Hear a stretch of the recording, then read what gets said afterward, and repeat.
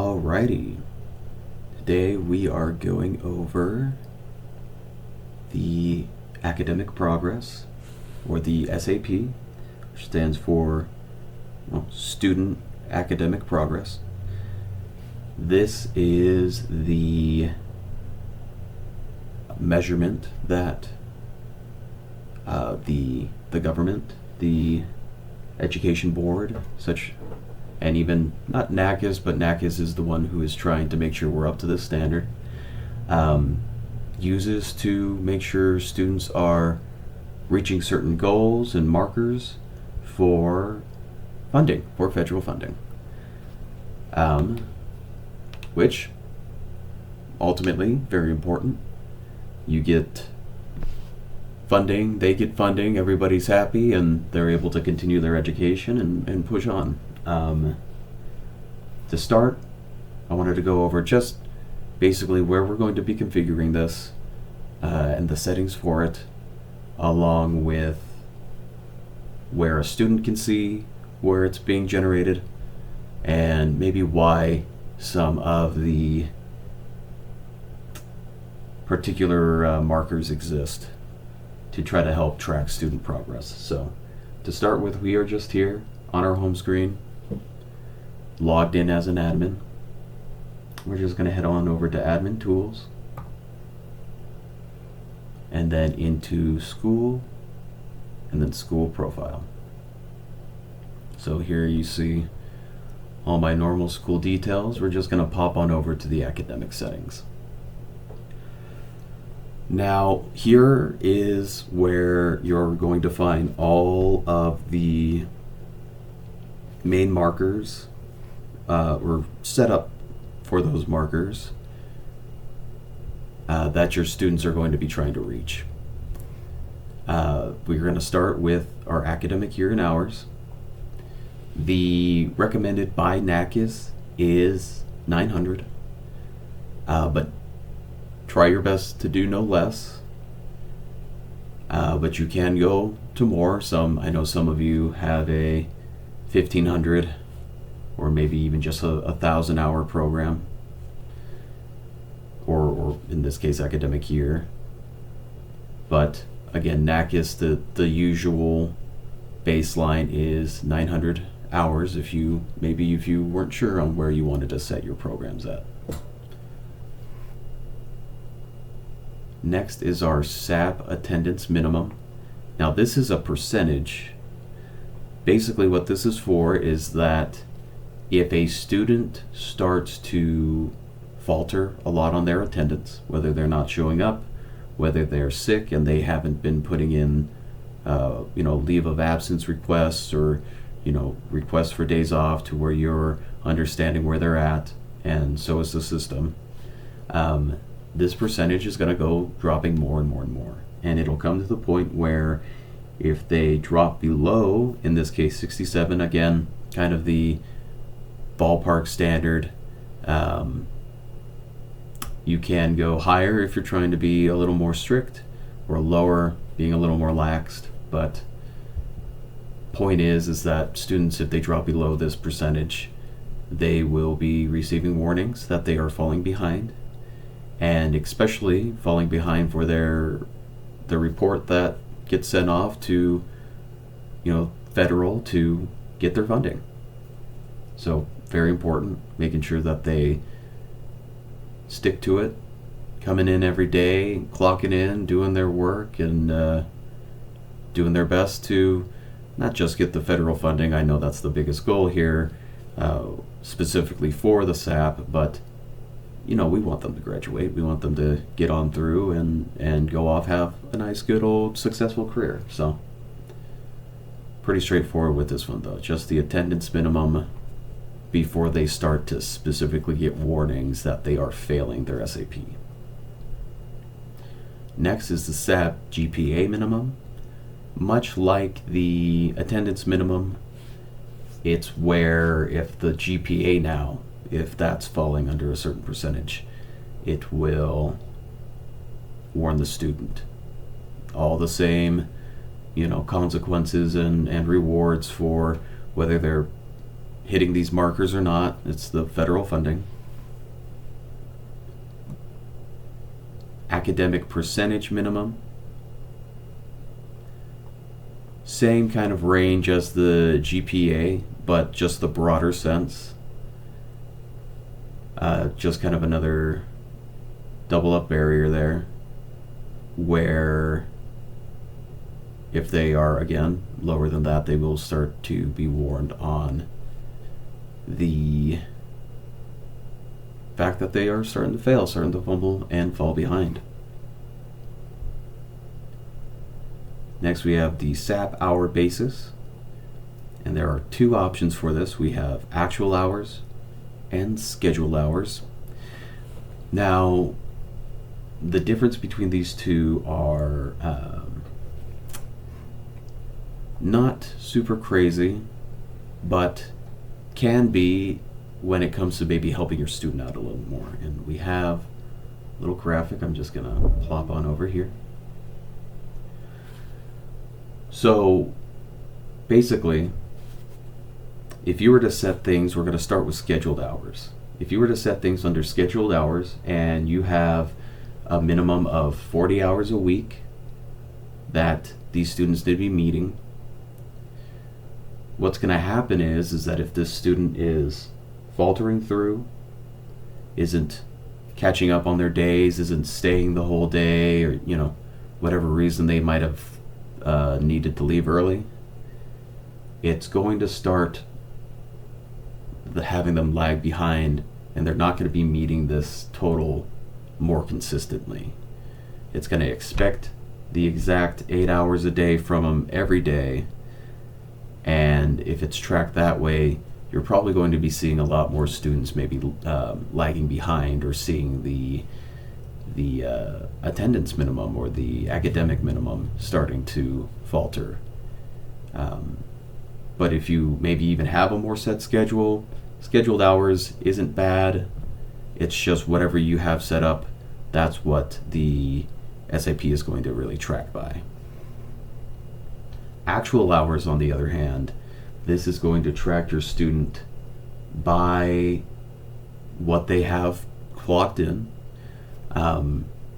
For that day, as we can see, we have, full good old 8 hours, drops down to 5. They didn't show up on a Wednesday, climbing back up. Thursday they're in it, but didn't complete the whole day, and then on Friday they finished out strong.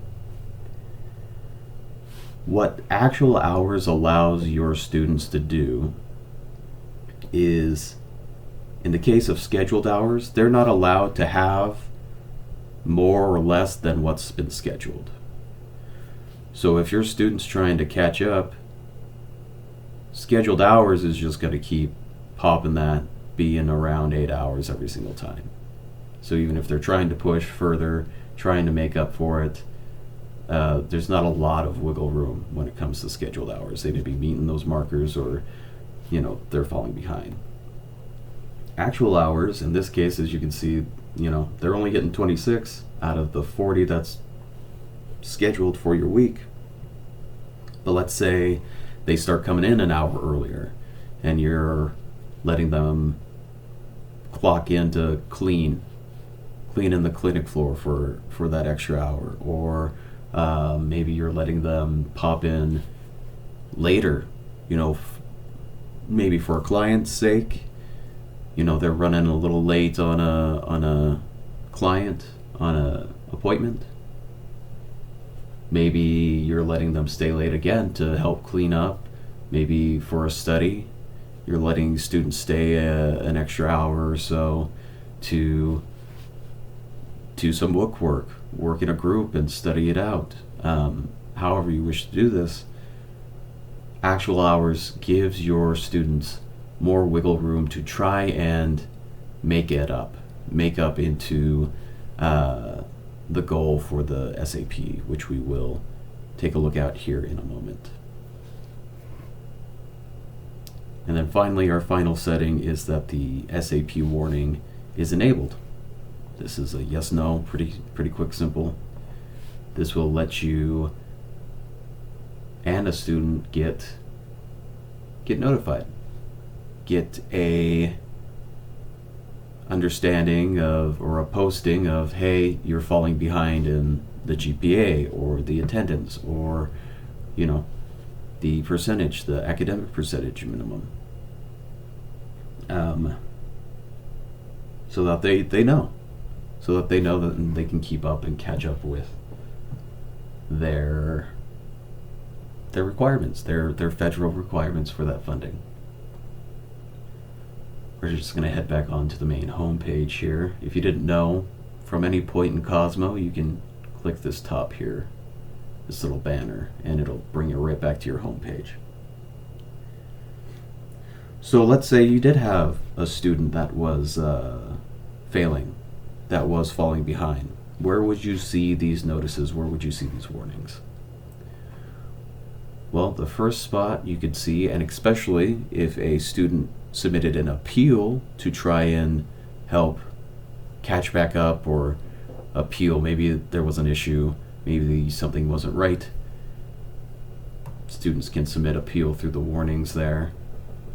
You can see here on our dashboard, good old dashboard, scroll down just a little bit to progress and outcomes. You can see everything. Graduation rate, this is a test school. This is a little sandbox, so the numbers aren't going to be the greatest looking. 15% graduation rate, I'm pretty sure my business would be in the toilet by now. And with only 5% of them that are getting placed somewhere, goodness. But you will see any sort of SAP appeals right here. And I don't have any, again, test area, there's no active students flowing through here, so or real students for that matter. So there's nobody, even though there's probably plenty of people behind, nobody's out here asking for an appeal. The other place you can check that out is in your task center. Usually this is where, as you can even see, where you can see milestones being reached, along with your other things, payment pendings, program hours met, so on and so forth. But this is where the failing will pop up too, where you can see, oh, this kid's falling behind. Maybe you start up the conversation with them. Maybe you try to figure out what's going on. You can click right into the student and start taking a look. Maybe there's something in their services. Maybe you got to check something out. Maybe you got to submit a few things. What's going on with their schedule. I mean, obviously this student hasn't been popping in and clocking in, so that could be one major reason as to why they're falling behind. So you can get right down to the nitty-gritty and the dirty of why they're falling behind, why they're on this SAP failure, why they're lacking, why they are not meeting those markers. So next, where are we even supposed to see this stuff? Where are we even supposed to see where the SAP is getting not only generated, but maybe where we can actually see the milestones, which is a huge bit. We are going to head into our students, and we're going to select one of our students.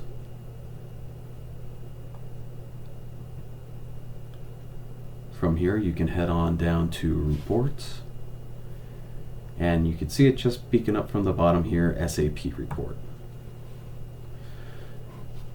Now, you may have just thought this was going to be an hours milestone. We'll go through every one of these in just a moment, but this is where you will find where their reports are going to be pulled up from. You can also print and regenerate a new one if need be. We'll talk about regenerate in a moment, but you can see no appeal status for this one, the date that they reached the milestone, and the result of the SAP. In this case, it is satisfactory. So it was met, it was good to go, met just fine, everything's hunky-dory. Finally, we also see that it was acknowledged, because a student, whenever they reach that milestone, Cosmo Classroom will notify them saying, hey, congratulations, you reached the SAP milestone. Excellent work, you're doing great. And then they hit acknowledge, accept, they see it, they know it's happening, cool, awesome, great, and then they can move on. Here we have the two main markers for the SAP to generate. Both of these have to be met if an SAP is to be generated whatsoever. So as you can see, our first one is milestone weeks, and then our other one is milestone hours. Both of them very equally important. A lot of things that pop up when it comes to troubles with transfer students is what we see the most with this, is you have a transfer student. Maybe you were even new to Cosmo Classroom, right? And you hopped onto our system and you're transferring some students over and you're popping in their hours, and you're noticing, let's say you transfer a student, they had 500 hours already clocked. Their first milestone was, we'll just keep it to this example, but 450. And you'll see this new student, you can come into this SAP report and this will be blanked out. You see all the other ones that haven't been met yet, they're blanked with a dash here. You have no option to print, you have no option to regenerate. That is because the system has not recognized, or they have not actually done that week milestone. So that's why this is also so important. This needs to be met as well. They can do 450 hours, or in this case 500 is what you transferred in, but because that student hasn't been clocking in for the 17 weeks, give or take, this isn't going to be met. If they haven't met that 17 weeks, it's not going to generate. So you may be wondering, great, how am I supposed to do this? I'm going to come and get audited by a NACIS rep. What's going to happen now? What you need to make sure you're doing, and this is just for more than just the SAP report. This is just a smart thing to do in general and is required. Keeping that paper information for the student so that you can show it to NACIS, saying, oh, we were on an old system, or we were on paper, we moved to a digital online system, and now we are working with Cosmo in this case. Here's the old paperwork for the prior student. And they'll go, oh, okay, cool, that's why this isn't generating, or that's why there's a discrepancy, that's why we're not seeing everything. And then they'll be fine with that. You're still keeping that info, you still have it tracked, you're still good to go.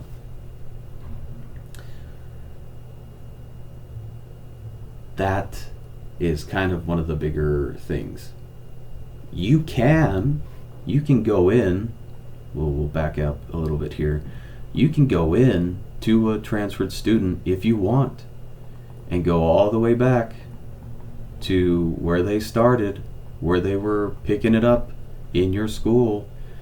It'll be blank for you. Obviously they're starting to fill out here, but you can go all the way back to where the student was before Cosmo Classroom, and you can start filling in every little detail if you wanted to completely come off that paper. I still recommend keeping it, as you still need to keep record.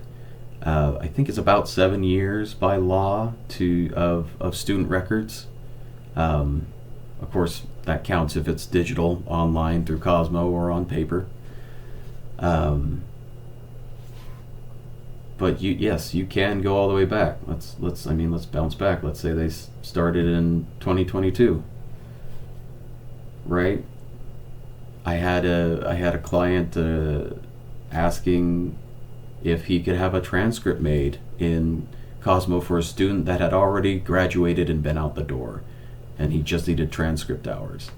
And I told them yes, but it's just going to be a lot of weird number work, making sure that you're filling in certain things, and you'll have to make them as a new applicant. But you can, if you wanted it to look nice and be completely streamlined in the Cosmo, you can take your transferred students and come back in here and start filling out the time records, the services that they have written down, and just copying that all over. But that is quite a tedious process. So just keeping the hard copy instead might just be your better option. So let's head back in here into SAP real quick. So we're going to hit print just to show off what this looks like. You'll see student name, the date, you got your academic years in the hours, scheduled for the week. This one's 28. When that evaluation period is. So this will basically be chunked up. Your academic year in hours is going to be chunked up into evaluation period times, normally at the halfway mark, depending on how long your program is. If it's longer than 900 hours, your evaluation periods, you're going to have a lot more of them. But in this case, 450, halfway mark, the evaluation period in weeks, which was that 17-week marker that we saw before. Finally, the scheduled hours that they have, scheduled weeks that they were supposed to meet, and then the actual hours that they do have, the actual weeks that they've met, the cumulative attendance. Again, that's 67%, what we set up in the school profile settings. Showing up here, we can see what they got, what it's supposed to be. 86%, looking good. Same thing, grade point average minimum. The passing is 70. We're getting at 86. Very nice, very good. Perfect. And we can print this out if we wanted to. Maybe the student wants it for something. NACIS doesn't mind if it's just full-heartedly digital. You don't have to print this out for them in particular. As long as you have something that they can actually see and view, much like this. And here we have, you can add additional comments. And then the student signature and the school signature. The official who, it's got to be you. If you had put your name down as the official in the school profile settings, that's where this is pulling from. Let's back out real quick. So, how do we know these numbers are right? How do we know that these are correct and that what we saw in that printout was correct to what Cosmo's actually recording? Because what a accreditation officer or rep is going to say, somebody from NACIS is going to pop in, they're going to look at this, and then they're going to want, what we'll do is we're going to duplicate this real quick. So they're going to want to see, okay, cool, this looks fine, but let's double check. Where is the proof that these are all right? So you can head back into the student's profile, head into the reports, and then you're going to want to hit time totals. Now let's head back here real quick. So student name, here's the date that this was reached. So February 10th. Here's their start date. What they're going to do is they're going to take this date and they're gonna need a second reference for it. So we're gonna have to go. Is that 26? Okay, so we're gonna go all the way to 2026 and 210, right? Double check. Yep, 210, 26, 210, this whole deal right here. And they're gonna go, okay, this third column here, we're just gonna go back up to the top real quick. There's our actual total. And then the, what is this, 1, 2, 3, 4, 5, sixth column is going to be the scheduled total. And then right next to that is the scheduled weeks. So back down we go. 210, 26, So actual hours, 452.50. 452.50. Perfect. Looking good so far. Okay. Here's the weeks. Right next to that, the actual weeks. Actual week 17. Looking good both sides. Okay. So far, so good still. Here's the scheduled hours. 525.0. 525.0. Perfect. Looking sweet. Looking good. And then the scheduled weeks being 19. Oop, one tab too many. And one tab too shallow. Scheduled weeks, 19. Perfect. Everything's going to match up just fine. So, what if they don't match? Mitch, what if they aren't matching right? What if they're not looking correct? So, the time totals report's pulling something different than the SAP report. These things can happen if you make changes to a student's program. So whether it's because you added transfer hours, or maybe you changed their lunch break. What happens in Cosmo is if we were to change this from 0.5, which is 30 minutes, to 1, being a whole hour, and we save this over, Cosmo is going to look at the start date of the student, and it's going to retroactively fix all of those numbers. So it's going to go all the way back to their start date and fix every single day until it's all right based off of this new parameter, right? So from changing the lunch break length, maybe you changed their schedule. Maybe now their service hours, he has to pop in 5 hours Monday and Wednesday. And we have a shorter day on Thursday because we like to get out into the weekend faster. Whatever it may be. Maybe you even change their program completely. Maybe they're swapping over to something else. This will change the time totals. And what's going to happen is, we already met a milestone. We have already met one of our SAP report milestones. And what they're going to see is that the printout's going to be different to the time totals that they're going to reference to. So what do? It's all wrong. It's all backwards. It's all tangled up. What do we do? That's where our nice handy dandy regenerate button comes into play. If your numbers are wrong because you had to swap around a student's, whatever it may be, any of this stuff here, you had to change up, tweak, whatever, we can head back in and we're going to hit regenerate.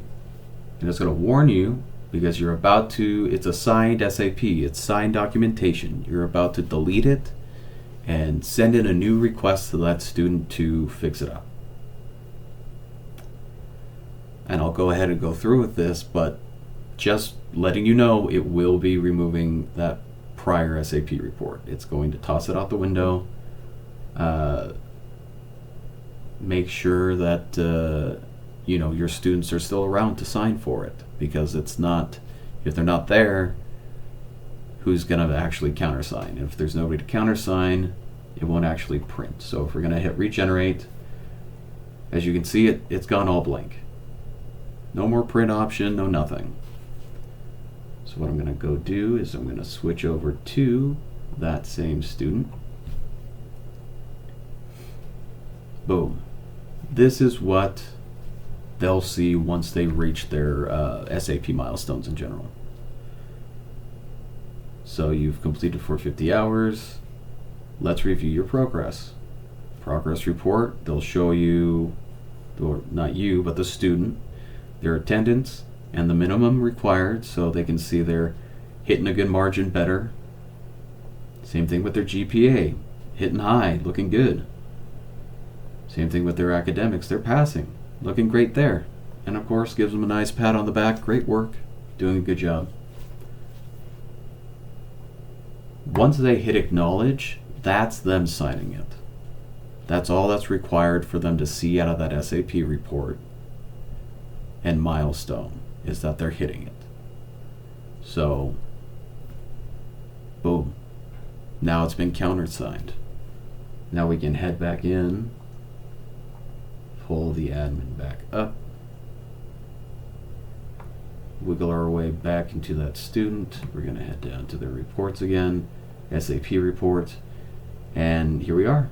Here it is. Back. Been acknowledged, yes.